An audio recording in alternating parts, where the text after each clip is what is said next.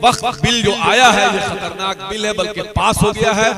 जिन लोगों ने इसको पास करने में मदद की है, मेरा यकीन है न उसको आसमान वाला माफ करेगा न उसको जमीन वाला माफ करेगा। ये हमारे आबरू पे हमला है, ये हमारे ईमान पे हमला है।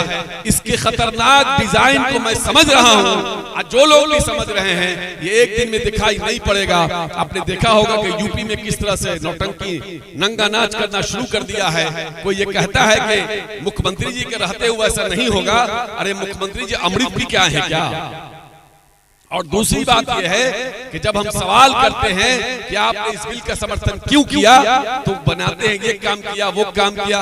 मैं आपसे कोई काम का सवाल नहीं कर रहा, न मैं आपसे काम का हिसाब मांग रहा हूँ। आपके काम की मैं तारीफ करता हूँ, आपने सब कुछ किया।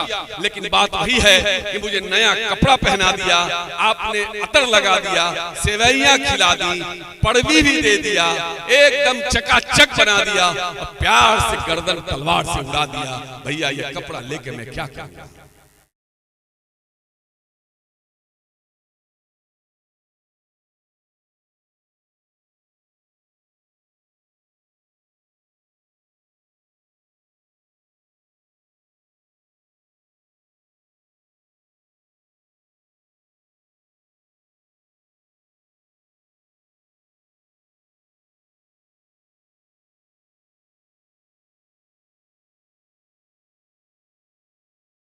मेरे सुनने वालों, अस्सलामु अलैकुम व रहमतुल्लाहि व बरकातुहू। वालेकुम अस्सलाम व रहमतुल्लाह। सामीईन इकराम, मुअज़्ज़िज़ तमाम यहाँ आए हुए बच्चों के पेरेंट्स, गार्जियन,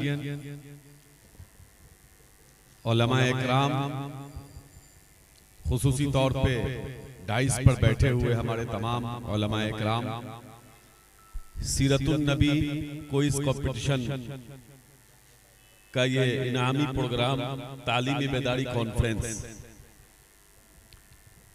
के इस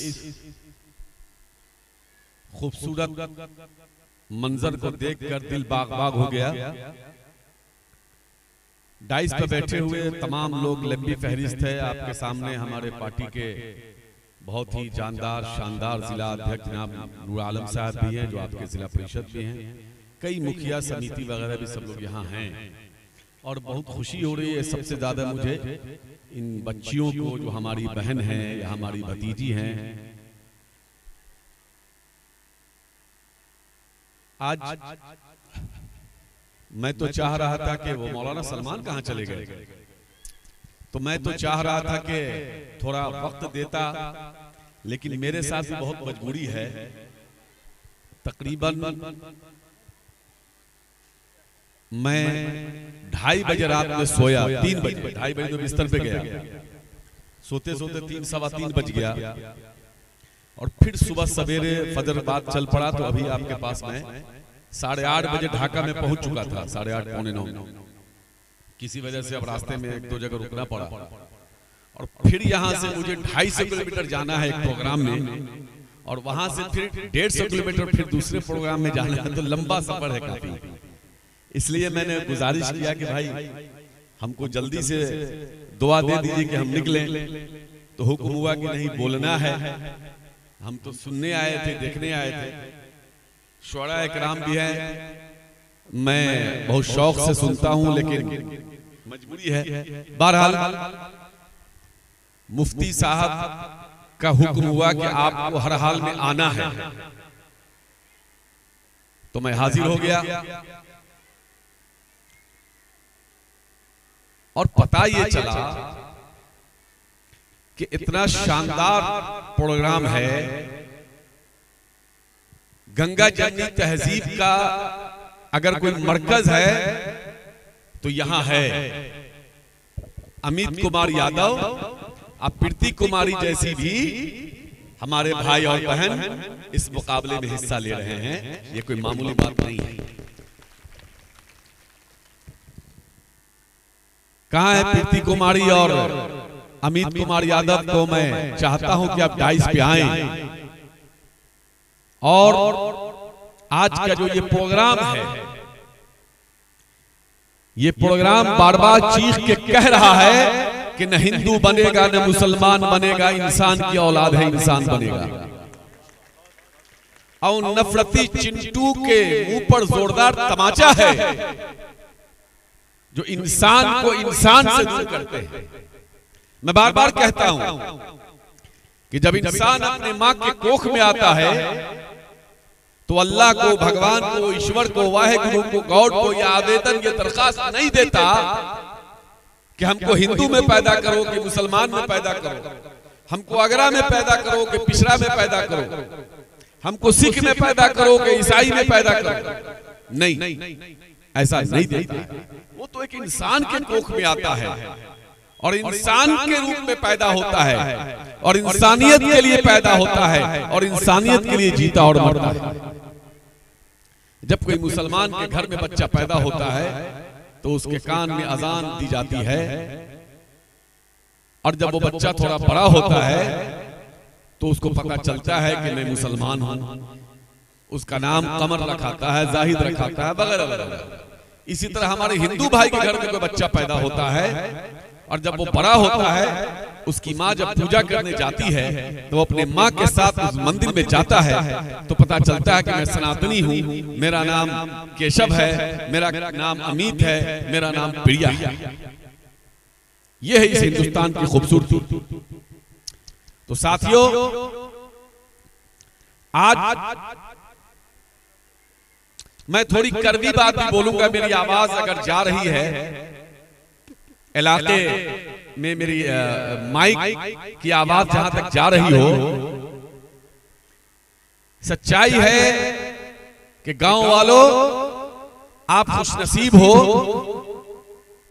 कि अल्लाह ने आपके इलाके में ऐसे इदारे को कायम किया, ऐसे लोगों को यहां भेजा और ऐसे काम आपके इलाके के लोगों से अल्लाह पाक ले रहा है। ये कोई मामूली बात नहीं है, इसकी कदर करो।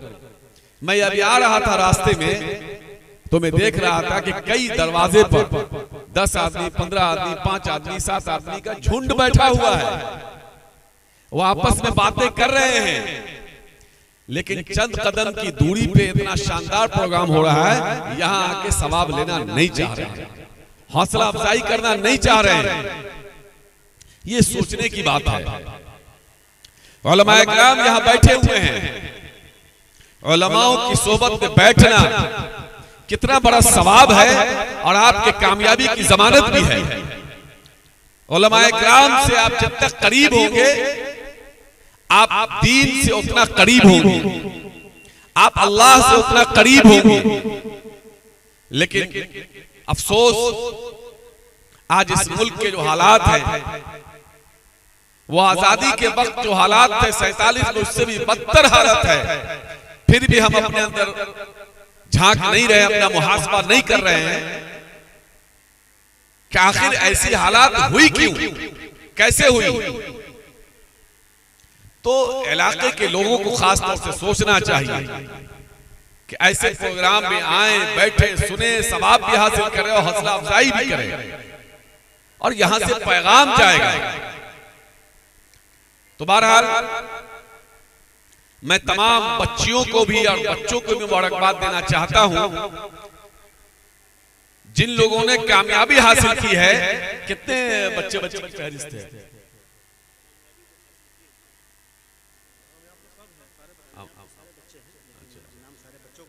अच्छा अच्छा,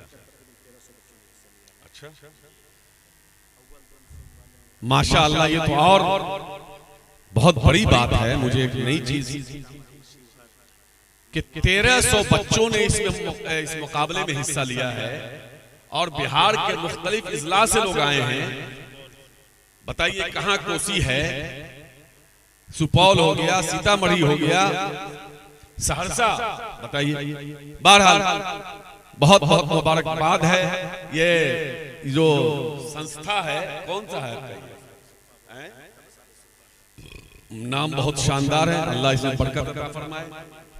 ये मामूली बात नहीं है। आज के इस फतन दौर में जहां आदमी अपना नाम बताने से डरता हो, जहां कपड़े से पहचाना जाता हो, वहां असहाब सुफ़ा आप नाम रख करके और सीना ठोक कर ये प्रोग्राम कर रहे हैं, और असहाब सुफ़ा के बैनर से अमित कुमार और प्रिया कुमारी भी इस मुकाबले में हिस्सा लेकर के इनाम हासिल कर रही है। इसके लिए जोरदार ताली इस संस्था के लिए आप लोग लगाइए।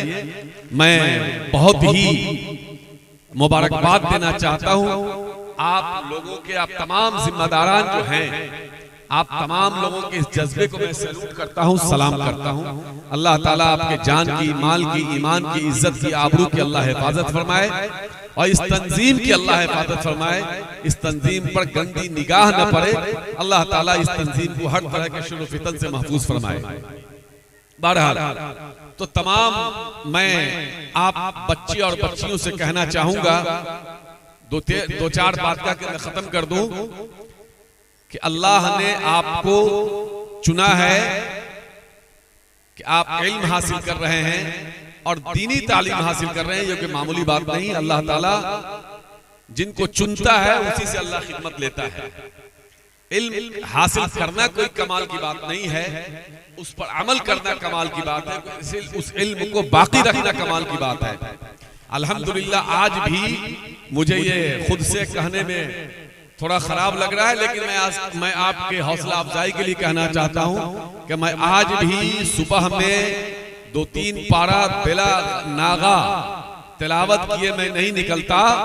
अगर किसी वजह से जल्दी है तो मैं गाड़ी में बैठ के पढ़ लेता हूं। तो जो कुछ भी है ये कुरान की बरकत है। अगर कुरान की बरकत न होती मेरे साथ तो मैं भी कहीं खेत में कहीं जाकर के गेहूं बो रहा होता, धान काट रहा होता, घास छिल रहा होता, भैंस चरा रहा होता।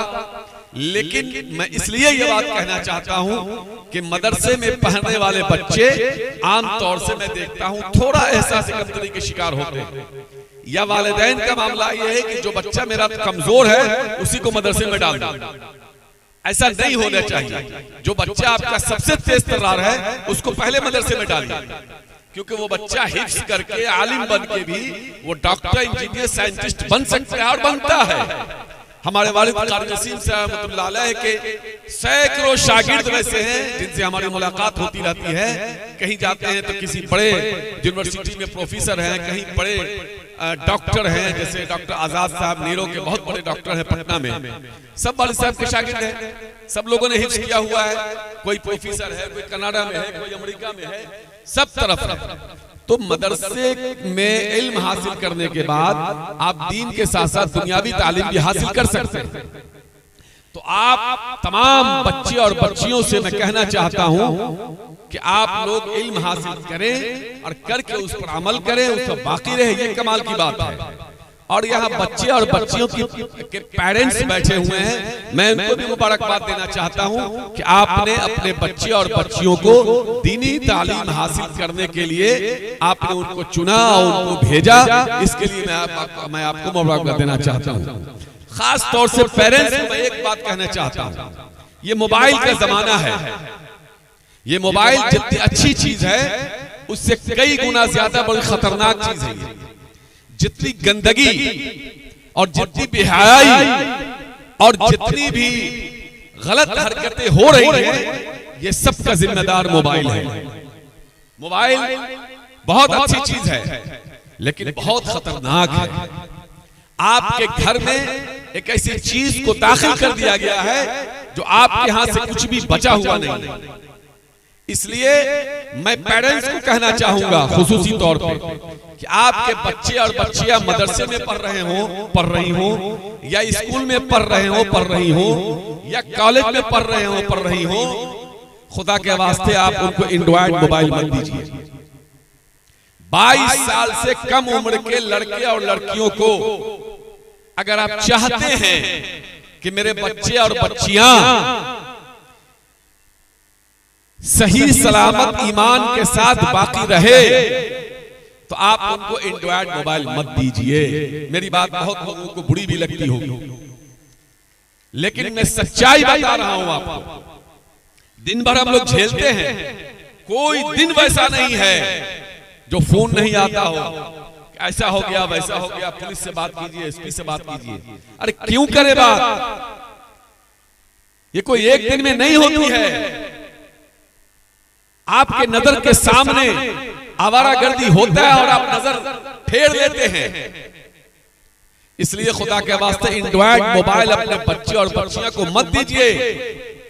अव्वल तो यह है कि दीजिए नहीं, दोम यह है कि अगर जरूरी है तो फिर वो पुटपुटिया वाला मोबाइल दीजिए, वो पुटपुटिया वाला मोबाइल, और उसमें इस बात की गारंटी होनी चाहिए कि उसके मोबाइल में अपने माँ बाप के या अपने भाई के या अपने नाना मामू के जो 4-5 खास रिश्तेदार हैं, मेरा फुफेरा भाई नहीं, उलमा इकराम बैठे हुए हैं, ये 4-5 नंबर ही उस मोबाइल में रहना चाहिए, उससे ज्यादा नंबर नहीं रहने चाहिए। और जब बच्चा और बच्ची स्कूल से या मदरसे से या कॉलेज से आए तो उसका बस्ता जरूर चेक कीजिए कि उस बस्ते के बस्ते में रखे हुए किसी कॉपी में या किसी किताब के पीछे या किसी कोने में कोई नंबर तो नहीं लिखा हुआ है, उसको जरूर चेक कीजिए। फिर यह है कि अपने पेरेंट्स को चाहिए कि अपने बच्चे के स्कूल और मदरसे में कोशिश करें कि हफ्ते में जरूर, अगर हफ्ते में ना हो तो 2 हफ्ते में जरूर, अगर 2 हफ्ते में ना हो तो 3 हफ्ते में जरूर, अगर 3 हफ्ते में ना टाइम मिले तो महीने में हर हाल में जाइए और अपने बच्चों का फीडबैक लीजिए, अपने बच्चियों का फीडबैक लीजिए। तब जाकर के आप अपने बच्चों से और अपने बच्चियों से किसी तरह की नाउमीदी आपको नहीं मिलेगी। मेरी ये राय है, मैं हर जगह कहता हूं, खुदा के वास्ते बहुत माहौल खराब है। एक मिशन पे लगा दिया गया है कि आपके बच्चे और बच्चियों को कैसे मकर जाल में फंसा करके उनको गलत रास्ते पे ले जाया जाए। एक पूरा सिस्टम लगा हुआ है, नंबर हासिल करने का, उसका नंबर मंगाने का 500-500 रुपया दिया जाता है, फिर उनको लाखों रुपए का इनाम दिया जाता है। बहुत सारी बातों को मैं खुले मन से नहीं बोल सकता, आप समझदार हो, समझो। एक बात तो ये हो गई। दूसरी बात ये है, ये आखिरी बात कह के मैं अपनी बात को खत्म कर दूंगा। दूसरी बात ये है कि जो बच्चा और बच्ची अगर वाकई में पढ़ना चाहता है, अगर वो चाहता है कि हमको कुछ बनना है, अपने माँ बाप का और अपने मुल्क का नाम रोशन करना है, अपने इलाके का नाम रोशन करना है, तो यकीन जानिए उस बच्चे का बाल सीटा हुआ नहीं होगा, उस बच्चे के बदन पे बहुत अच्छा कपड़ा नहीं होगा, उस बच्चे के बदन पे क्रिच वाला कपड़ा नहीं होगा, उस बच्चे और बच्ची को इस बात की फिक्र नहीं होगी कि मेरा अच्छा कपड़ा, अच्छा सूट आया कि नहीं आया, ईद में हमारा कपड़ा कैसा आया, और हमारे पापा ने इतनी महंगी जीन्स मुझे खरीदी कि नहीं खरीदी, रीबॉक का जूता या और बड़ी बड़ी कंपनियों का जूता आया कि नहीं आया, नहीं, उसको बिल्कुल फिक्र नहीं होगी। वो अपने चेहरे को आईने में देखेगा तो यकीनन यह दुनिया उसको देखेगी तो उसका चेहरा बिल्कुल मजनू जैसा लगेगा, क्योंकि वो सिर्फ पढ़ाई का दीवाना होगा, अपने किताब का दीवाना होगा, उसी किताब को अपना बिस्तर, अपना माँ बाप, अपना लवर, सब कुछ उसी किताब को समझेगा। यकीन जानिए कोई माइकलाल उसको तरक्की करने से नहीं रोक सकता है। लेकिन जिसको बाल सीटने की फिक्र होगी, जिसको कपड़े पहनने की फिक्र होगी, जिसको शूज अच्छी कंपनी के पहनने का फिक्र होगा, जिसको ये लगे कि मैं अच्छा दिख रहा हूं कि नहीं दिख रहा हूं, जिसके दिमाग में ये ख्याल आ जाए कि हमें देख के लोग अच्छा कह रहे हैं कि नहीं कह रहे हैं, जिसके दिमाग में ये ख्याल आ जाए कि हम स्मार्ट लग रहे हैं कि नहीं लग रहे हैं, जिसके दिमाग में ये ख्याल आ जाए कि हम अच्छे लग रहे हैं कि नहीं लग रहे हैं, यकीन जानिए वो कुछ नहीं कर पाएगा, वो बच्चा वो रह जाएगा उसी में। इसलिए आप लोग पढ़िए, लिखिए, कामयाब बनिए, इसके लिए किताब को ही अपनी लैला समझिए, किताब को ही अपना मजनू समझिए, इंशाअल्लाह कामयाबी आपके कदमों को चूमेगी। और इस वक्त मुल्क के जो हालात है, दुनिया का जो हाल है, उसमें आपके पास तालीम के अलावा दूसरा कोई रास्ता नहीं है। आने वाले 10 साल के बाद आईए बीए करने वाले भैंस चराना पड़ेगा उनको, कोई काम नहीं मिलेगा। आज टेक्निकल युग है, आज दुनिया बहुत आगे जा चुकी है, लोग चांद पे घर बना रहे हैं और हम आपस में उलझे हुए हैं। हसद जलन बोझ को बिल्कुल दूर कीजिए, अल्लाह के वास्ते दिल से कीना कपट को दूर कीजिए, हर आदमी को माफ कीजिए। अल्लाह माफ करने वाले को पसंद करता है। इसलिए मैं तमाम पेरेंट्स से कहना चाहता हूं कि मैंने 2 बातें आपसे कही है, आप देखिए, अगर आपको मेरी बात पसंद आए तो इस बात पर गौर कीजिएगा और नहीं पसंद आए तो मुझे बद्दुआ मत दीजिएगा। मैंने तो अपनी बातें कह दी, कल क़यामत के दिन अल्लाह ताला जब मुझसे पूछेगा कि तुमको मैंने इस लायक बनाया था कि तुम लोगों के पास जाकर के अपनी बातों को रखो, तो तुमने हक बात कहा कि नहीं कहा, तो मैं अल्लाह पाक से कहूंगा कि अल्लाह, मैं जहां भी जाता था, मैं जो बन पड़ी बढ़ती थी वो बात मैं करता था। रहा सवाल बाकी चीजों को आप देख ही रहे हैं, हम लोगों से जो बन पड़ता है वो करते ही हैं। अभी उर्दू अनुवादक की बहाली हुई है, अल्हम्दुलिल्लाह 2-3 साल में लड़ते लड़ते अल्लाह ने कामयाबी दी। तो लड़ाई तो लड़नी है, लेकिन पहले इल्म हासिल कीजिए, जानकारी हासिल कीजिए और फिर और मेरे नौजवान अगर सुन रहे हो तो फेसबुक पर कुछ भी लिखना बंद कर दो भाई। हम लोग परेशान रहते अपने लोगों से, उठाया कुछ भी लिख दिया। इसको थोड़ा सा ये रखिए कि कैसे क्या करना है। तो इन्हीं बातों के साथ मैं तमाम मुतज़िमीन को बहुत मुबारकबाद देना चाहता हूँ। ये वक्त इस वक्त हालात बहुत नाजुक है, मुल्क में हमें दूसरे दर्जे का शहरी बनाने की कोशिश हो रही है। वक्त बिल जो आया है ये खतरनाक बिल है, बल्कि पास हो गया है।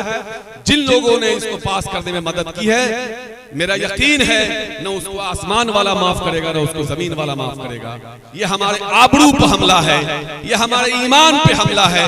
इसके खतरनाक डिजाइन को मैं समझ रहा हूँ, जो लोग भी समझ रहे हैं ये एक दिन में दिखाई नहीं पड़ेगा। आपने देखा होगा कि यूपी में किस तरह से नौटंकी नंगा नाच करना शुरू कर दिया है। कोई ये कहता है कि मुख्यमंत्री जी के रहते हुए ऐसा नहीं होगा। अरे मुख्यमंत्री जी अमृत भी क्या है क्या? और दूसरी बात यह है कि जब हम सवाल करते हैं कि आपने इस बिल का समर्थन क्यों किया, तो बनाते हैं ये काम किया वो काम किया। मैं आपसे कोई काम का सवाल नहीं कर रहा, न मैं आपसे काम का हिसाब मांग रहा हूँ। आपके काम की मैं तारीफ करता हूँ, आपने सब कुछ किया, लेकिन बात वही है कि मुझे नया कपड़ा पहना दिया, आपने अतर लगा दिया, सेवैयां खिला दी, पड़वी भी दे दिया, एकदम चकाचक बना दिया, प्यार से गर्दन तलवार से उड़ा दिया। भैया ये कपड़ा लेके मैं क्या करूं? तो इसलिए ऐसे लोगों से सावधान रहिए, और वैसे लोगों से भी जो आखिर के वक्त में आकर के आपको वरगलाते हैं। खुदा के वास्ते आप जोश से नहीं, होश से काम लीजिए। जिंदगी में जोश और होश दोनों की जरूरत है। इस वक्त इस मुल्क में आजादी हमने दिलाई, 3 लाख उलमा इकराम हमारे शहीद हुए, तब जाके इस मुल्क को आजादी मिली। आज हमारे उलमाओं की बेहुरमती की जा रही है। मैं कहता हूं कि कारी सुहैब एमएलसी है, मैं उलमा इकराम के जूते के धूल के बराबर भी नहीं, मेरी हैसियत नहीं है मेरी। मैं जिम्मेदारी से कह सकता हूं, एक सुहैब क्या 1000 एमएलसी से बेहतर हमारे एक आलिम के जूते की धूल है। और ऐसे उलमा इकराम पर जिस तरह का नाज़िबा अल्फाज इस्तेमाल किया जाता है, खून खौलता है। मैंने कहा कि मेरे सीने पे गोली मार दो चलेगा, लेकिन हमारे उलमा इकराम को, हमारे मदारिस को, हमारे इमारत शरिया जैसे संस्थाओं पर अगर तुम हमला करोगे तो कतई ये बर्दाश्त नहीं होगा। गद्दार ही कहलाओगे तुम सर को कटाकर, बेगाना कोई तुम्हें हकदार बनाकर, हक अपना छीन लो तुम हाथ बढ़ाकर। ऐ वाली गुलशन को जरा सोच कर तो देख, सींचा है गुलिस्तान को खून हमने बहाकर। वाह माशाअल्लाह, इसी के लिए हमारे आबाद ने खून बहाया, इसी के लिए हमारे लाखों उलमाओं ने शहादत दी थी। आज इस मुल्क के वो लोग कब्जा किए हुए इस मुल्क पे, आज मुसलमानों को सर्टिफिकेट वो लोग बांट रहे हैं जिनके बाप दादाओं ने अंग्रेजों की दलाली की थी, अंग्रेजों की गुलामी की थी। सुभाष चंद्र बोस के खिलाफ उन्होंने षड्यंत्र किया था, गांधी जी की हत्या की थी, और उलमाए किराम को कत्ल करने में इन लोगों ने मदद किया था। आज वो इस मुल्क में हमको सर्टिफिकेट बांट रहे हैं। मैं यकीन के साथ कह सकता हूँ, कोई भी जो इस आईन पर, जो संविधान पर यकीन रखता हो, जिसका ईमान बाल के बराबर भी बाकी होगा, वो उन पार्टियों में अगर एक मिनट भी है जिसने हमारे आबरू पर हमला किया है, खुदा की कसम आसमान वाला भी और जमीन वाला भी आपको माफ नहीं करेगा। इसलिए ऐसे लोगों को बाइकाट कीजिए, ऐसे लोगों का समाज से बाइकाट कीजिए, ऐसे लोगों से मिलना जुलना छोड़िए, ताकि वो एहसास हो कि जो हमारे आबरू पर हमला करेगा, जो हमारे मसाजिद पर हमला करेगा, जो हमारे उलमा को नादेबाल अल्फाज इस्तेमाल करेगा, हम उनसे कोई रिश्ता नहीं रखेंगे। तो इन्हीं बातों के साथ मैं तमाम लोगों का शुक्रिया अदा करता हूं कि आपने मुझे बुलाया, इस लायक समझा, मोहब्बतें दी, दुआएं दी, और तमाम लोगों से माफी चाहता हूं। लंबी फहरिस्त थी इसलिए मैं किसी का नाम नहीं ले सका, क्योंकि एक आदमी के नाम छूट जाए तो ये अच्छी बात नहीं है। इसलिए आप तमाम लोगों को बहुत बहुत मुबारकबाद। फिर से मैं एक बार आप लोगों से कहूंगा कि इस असहाब सुफ़ा के इस तंजीम को, ये जो ट्रस्ट है, इसको मैं जितना भी सैल्यूट करो, जितनी भी मुबारकबाद दूं वो कम होगा। एक बार फिर इसके लिए आप लोग जोरदार ताली बजा दीजिए, और तमाम गांव वालों के लिए भी ताली जिन्होंने इन लोगों की हौसला अफजाई की या इनके साथ खड़े रहते हैं। आप सब लोग मिलकर के एक बार जोरदार ताली बजाइए। बहुत बहुत शुक्रिया। और मैं ये कह सकता हूं कि ये कौन सा गाँव है? झिटकाही। झिटकाही वालों, आप अल्लाह का शुक्र अदा करना कि आपके इलाके में, आपके गांव में ऐसे ऐसे लोग मौजूद हैं जो दीन और दुनिया दोनों की खिदमत कर रहे हैं। जहां दीन की बातें होती हैं वहां फरिश्ते आते हैं, जहां कुरान की तिलावत होती है वहां से शैतान भागते हैं। तो बहुत सारे झिटकाई वालों, बहुत सारे इस गांव पे आफत आने वाली होगी। कुरान की बरकत से, इन उलमाओं की दुआओं की बरकत से वो आफत टल जाती है। इसलिए उलमाओं की इज्जत करो, हुफ़ाज़ इकराम की इज्जत करो। आप जितनी इज्जत अपने डॉक्टर, इंजीनियर, प्रोफेसर से करते हो, उससे दोबारा, उससे दोगुना तीगुना इज्जत अपने हाफिज़ कुरान की करो, उलमाए दीन की करो। इंशाअल्लाह आपको दुनिया में भी इसका फायदा मिलेगा और आखिरत में भी मिलेगा। बहुत बहुत शुक्रिया। अस्सलाम वालेकुम व रहमतुल्लाह।